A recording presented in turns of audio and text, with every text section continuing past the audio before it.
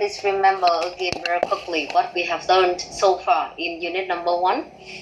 Actually, in unit number 1, I don't think that it is too much for you, but then it is a foundation for us to know about the test, what it is, how about the format of the test, and we have come to part number 1 of the speaking test already. And as I said to you, as I introduced to you in the previous one, for each part, totally we have 3, and for each part you will have from 2 to 3 units, so that we can dig deeper into each unit. And then after that, more importantly, I hope that we will have more exposure to different topics. And in speaking, if you remember, it is not only for any specific part of any topics, but then when we learn any topic in any part 1, 2, or 3, it is really useful for us to come to other parts, rather than we think that the topics just appear in part 1 or part 2, okay? And in the previous one, you also have some questions, some basic questions about yes or no. Basically, it is one of the very common questions in part number 1. And in this one, you also should know that we have the 4 criteria that I did introduce to you, and it is the public version, it is the band descriptors that all of you can access at any time. So please have a look at that. And for the homework number 1, you will see that I am not, I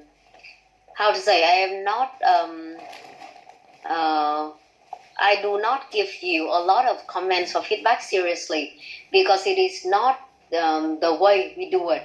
The very first time, especially the very first time, so that you know some of the main strength or weakness that you have, okay? For some of you, I think it is for the mispronunciation for some of the words, or even you have consistent wrong pronunciation for one sound or 2 sounds. I think that it is pretty clear to show it to you, so that you have a lot of time, or at least it is at the very beginning, okay? And you have some time for you to fix it, to improve it, especially for any consistent wrong pronunciation. And if you have the strategy, like in part number 1, I just want to say it again, that in part number 1, we do not need to answer the questions too long. It is just for the short answers, and they are asking you to perform, to show your reaction in the questions. And for part number 1, we have from 2 to 3 topics, rather than you just have 1. But then when I listen to your recording, some of you, I have to tell you that some of you even have up to 1.5 minutes. It means nearly 2 minutes for just one answer, for one question in part number 1. And you should know that it is not for part 1. Part 1 is not like that. I do not say to you the exact time, but then usually it is under 30 seconds for part 1 is enough. And it should be relevant, rather than you have up to 1 minute and 30 seconds for one question, for one answer like that. For part number 2, it is different. Part number 2, we have up to 2 minutes. It is a totally different one. So I do not know why you have such a long answer. And of course, I do not want to listen to such long one. And more importantly, the examiner will stop you if they think that it is the too long answer. And the third point that I want to tell you after the very first homework is that some of you have the very long lead-in, the introductory class. Finally, this one is the speaking performance, the speaking test.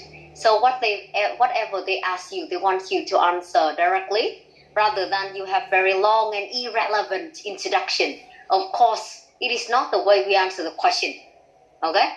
If you have like that, I have to tell you that some of the students, even they have prepared excellent script, but then if they accept the irrelevance, what is the point? Okay? So there are 3 things that you may want to look at. Even I don't think that I give a lot of comments, I have to tell you, so that you have the familiarity to the way that you are going to improve, rather than you can improve everything after just the first unit. But then the first one is some mispronunciation, and I emphasize on the consistent one. So you have to check it again, and it is very easy for us to check the audio on any reliable dictionary on the internet. So that's why just listen to that. The words that I noted on the feedback that you may have the mispronunciation. And the second one, it is for the relevant and brief answer for part number 1, rather than you have irrelevant or too long or lengthy answers. Okay, so there are some very quick points that I want to have the wrap up before we move to the second one today. And as I said in the previous one, we talked about the marking criteria already: fluency and coherence, lexical resource, grammatical range and accuracy, and pronunciation. For the fluency and coherence, for example, if it is below band 6, just look at this again. When you have many pauses, hesitation, lack of support and logic, lack of specific details, examples, or too abstract and general. For the lexical resource, limited range of vocabulary, lack of connective, lack of flexibility and variety on different topics, and rare attempts on paraphrasing. You just copy exactly what you have in the question. Grammatical range and accuracy, too many basic errors.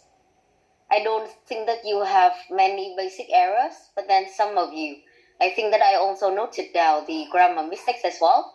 So please have a look. Do not make it a habit, and you can check at the very beginning of the course. Lack of self-correction. You have the wrong one, but then you do not have the effort to correct it by yourself. It is called lack of self-correction. Lack of complex structures, and apparent dependence on prepared utterances.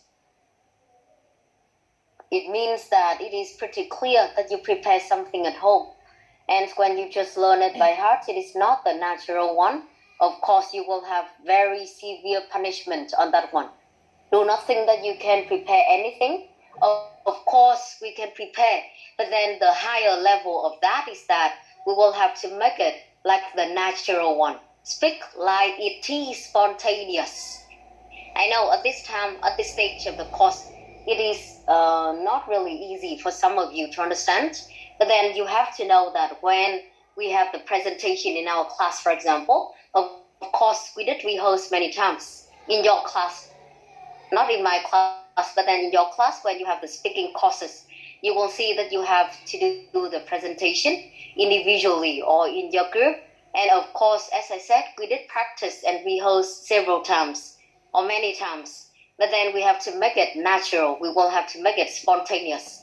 So that's why for now, I always suggest you that you need to prepare first and try to record several times before you submit the last version. At that time, you will have more vocabulary. You will have more confidence. You will improve the level of fluency. Some of you try to answer just one time. I know it very clearly because of the poor fluency, because of the irrelevant ideas, because of simple vocabulary. And I don't think that it is, of course, enough in our class just for practice. And the last one, pronunciation. As I said to you at the very beginning, sometimes, of course, we have mispronunciation. And some of you may lack stress. You just try to read the script. I do not know what is the main important point, or even in the words of more than 2 syllables. I do not see the stress at all. So lack of variation and tones, lack of clarity, and lack of vowels. And of course, the last one is mispronunciation. Okay? So that's why I show you again very quickly the summary of the criteria, so that you know if any one of you that you receive lower than band number 6, you may have one of these, not all, but then one of these mistakes that you have to pay attention to. Okay, so I think it is for the summary of the previous one. Now in the previous one, we have the yes-no question already. Yes-no question with some of the topics, so some of the familiar one. Now we will have to move to the second type of question, which is the specific question. Besides the yes-no, we also have the yes-no. We also have the specific question as well. And some of the questions that I sent you in the homework number 1, it is actually related to the specific questions, the WH question. Okay, like the what is the most familiar one. Now let's look at some of the opinion questions here. How would you like to improve your current accommodation? Is there any word that has a special meaning in your country? What's your favorite flower and why? Who gave you your name and what is the meaning of your name? Or what do you think of noise? So as I said, usually they ask you about the question like what here, but then we also have how would you like to improve, okay? Any point that you want to change, anything that you want to improve in your room, in your personal room, in your house, for example. And then the question about flower, we also have in the homework already.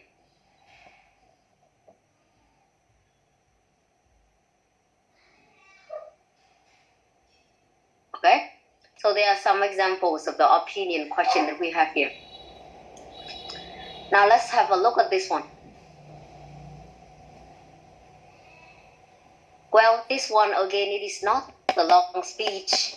However, as I said to you earlier, the questions that we have here, it is not only for the one that we have in terms of part number 1, but then the specific or opinion questions of the broader one, of course, of the broader topic, they always have in the part number 3, okay?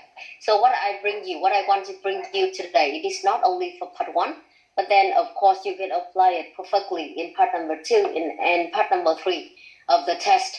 So now let's look at some of the elements that you may want to look at, that you may want to have in your own speech, even if it is part 1, 2, or 3.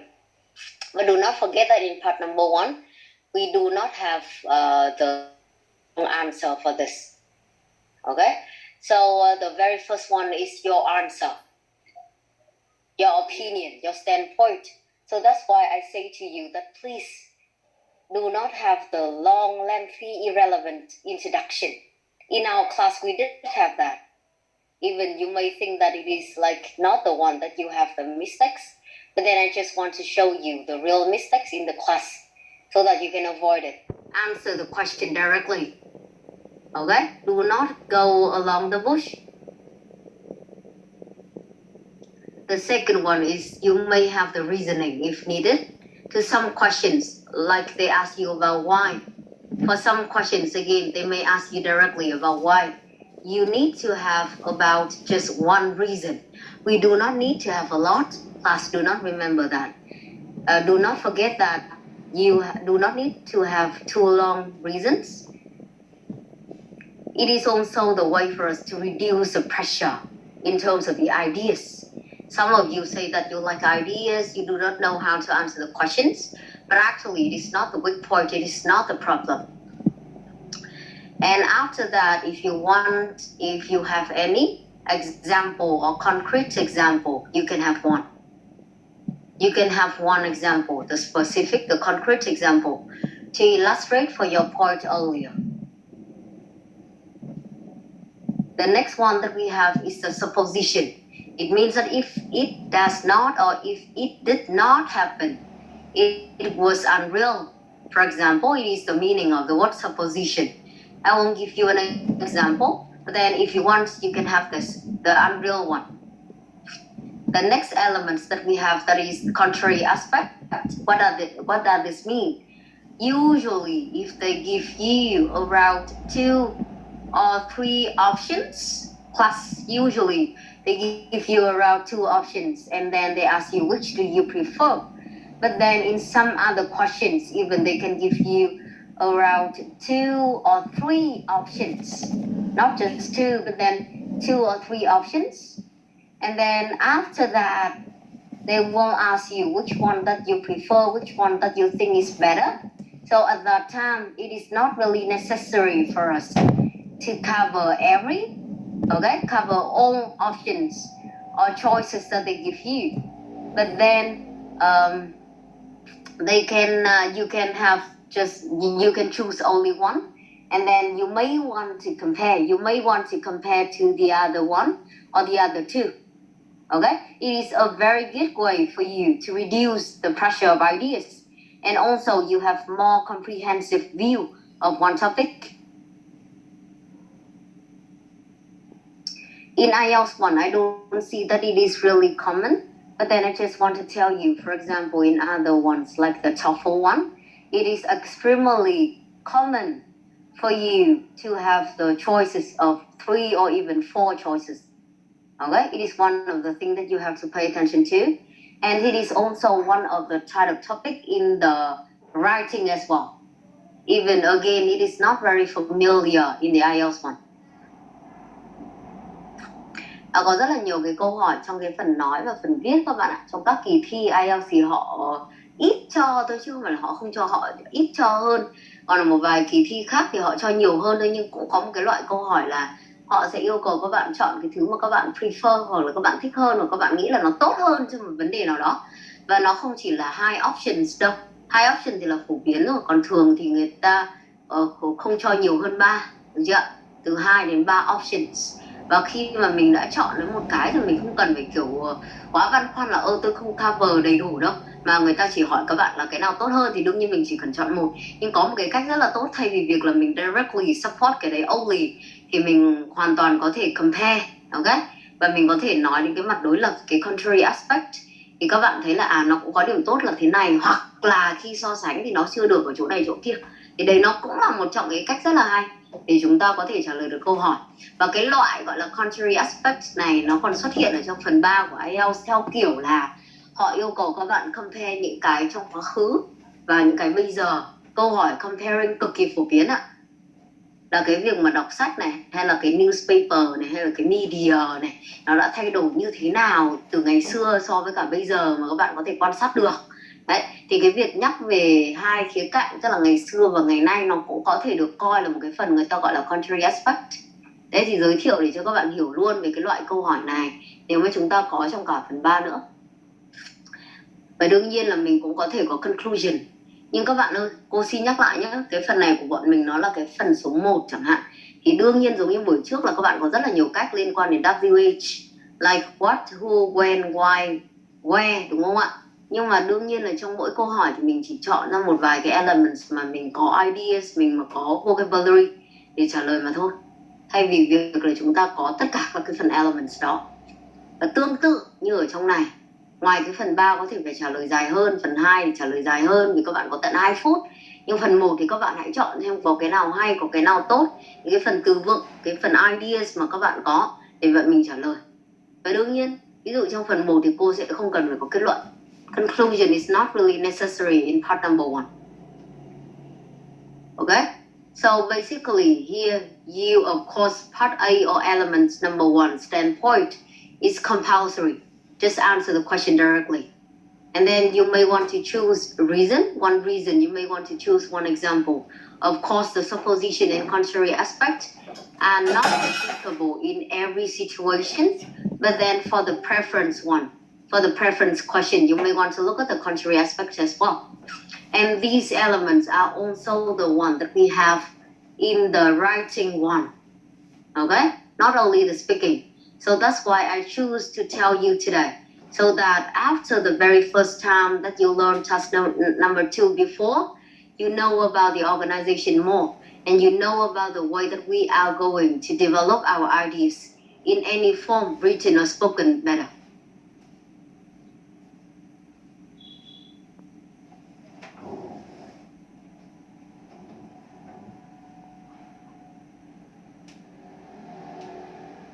Okay, so again, please look at these elements, and we may have to choose, or we may need to choose some of them when necessary.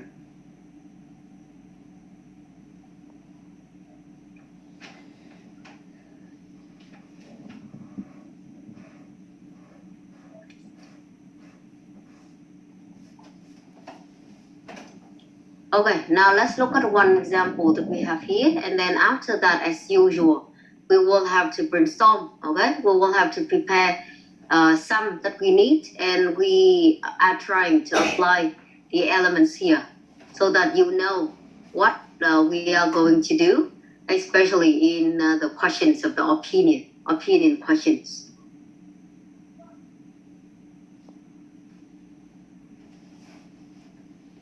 The first example that I will show you is the question, is family important to you? Okay? For the opinion, answer directly. Class, let's revise the elements together. Okay? For the opinion, definitely, yes. My family means everything to me, for example. It is one sentence to answer the question, is family important to you? And we have another way to answer the question, other than you just say, yes, family is important to me. I know, sometimes we do not need to paraphrase everything, but then if we are able to answer the question in a different way, you should do it, rather than we repeat the question. The reason, for example, I have one sentence here.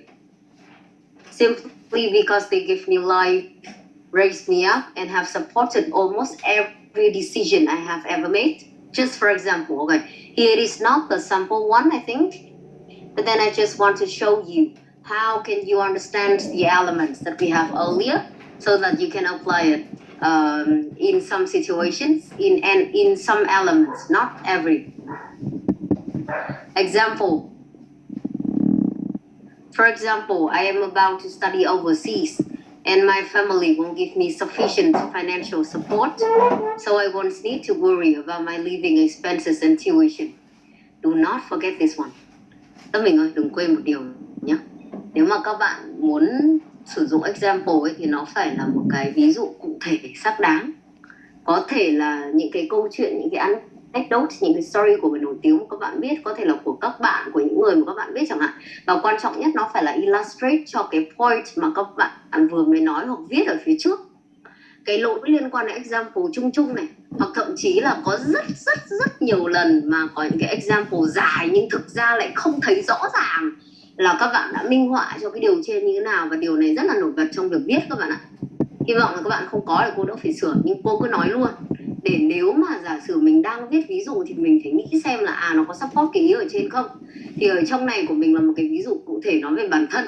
I am about to study overseas. Và cái sự support, cái importance của mình đang nói tới là liên quan đến financial support.